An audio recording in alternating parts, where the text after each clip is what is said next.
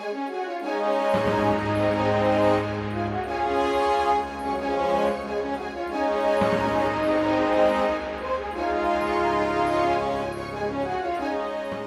welcome today, because Judy is joining us as one of our supporters, and she had some questions she'd like to ask us. Judy, what is on your heart today? Well, thank you for having me, Karen. It's really nice to be here. I am a supporter of you. I guess one of the questions, you talk about your family values, and you have promoted the work for families over the years. So what's your viewpoint on abortion? Well, I believe that all life begins from the beginning at fertilization all the way to natural death.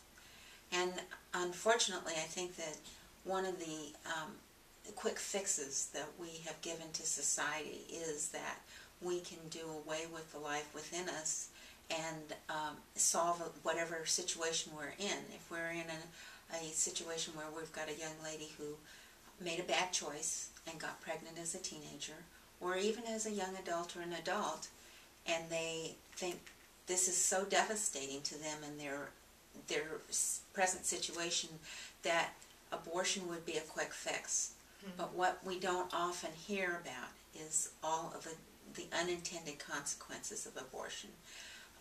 Even if it's successful and there are no medical complications like hemorrhaging or something like that, there are other things that happen to a young lady or a woman once she starts to realize what it is she's really done, and that she's really committed murder, and it is something that causes people to go to suicide. It causes people to be depressed for many, many years. Some people can't handle it at all and become mentally deranged.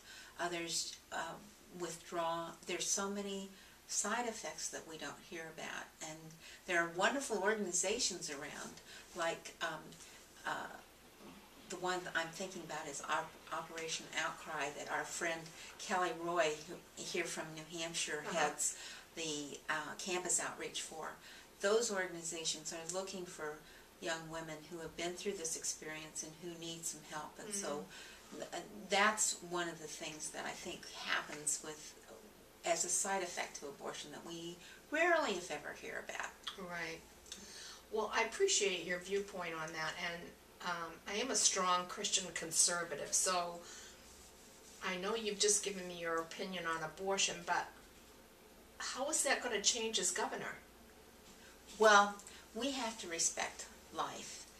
If we go back to our founding documents, the Declaration of Independence says that we hold these truths to be self-evident, that all men are created equal by their Creator, and that we are endowed with certain unalienable rights, that among these rights are the right of the life, liberty, and the pursuit of happiness.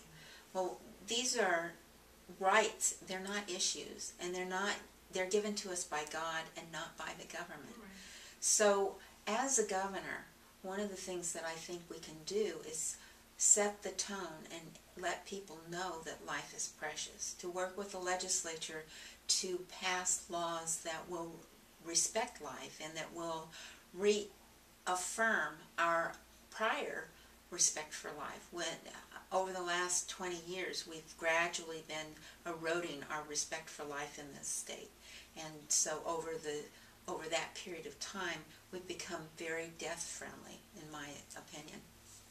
And so I think the governor can turn around and not only work with the legislature to encourage those repeals of bills or reinstitutions of this respect, but we can also talk about it with people and share with them and let them know that we are a state that respects life and that we do value the preciousness, not only of the unborn baby, but also of any life.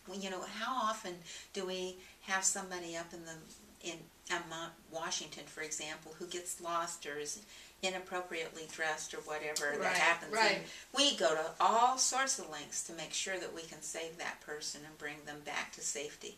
Yes. Well, we do that throughout And I mean, when we have a fire or something like that in a home, we do everything we can to save those people within that home. Right. So we naturally, instinctively want to save life. And so we need to do that as a culture as well. And I think that will help us in many, many areas. It's funny because it's sort of like a ripple effect. If we take care of our respect for life, then eventually we start to affect those young ladies that are out there making choices about whether to get involved sexually with somebody and then find themselves in a pregnant situation. We start to have a little bit more respect about, is it okay to hurt somebody else? Is it okay to batter a baby? Those sorts of things are side effects of our lack of respect for life. And I think as a governor, we can start to talk about it and change the hearts of people as we do talk about it. And it's an important process. Well, thank you, Karen. I really appreciate your views on some of your family values and some of the bills that we're very concerned of as concerned Christians and conservatives. So I just appreciate you taking the time to answer some of my questions. Well, thank you, Judy, for coming in and giving me this opportunity to have this little chat with you and hear what your concerns are, because the people are very, very important.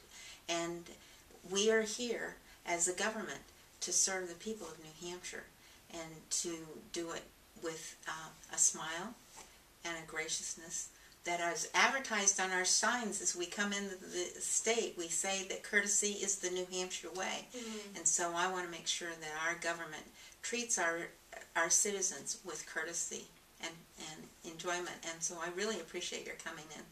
Well, thank you so much, Karen. I've really been very blessed to have you take the time to speak with me, and I appreciate your values, and I'll vote for Karen Testerman for governor. Thank you, Judy.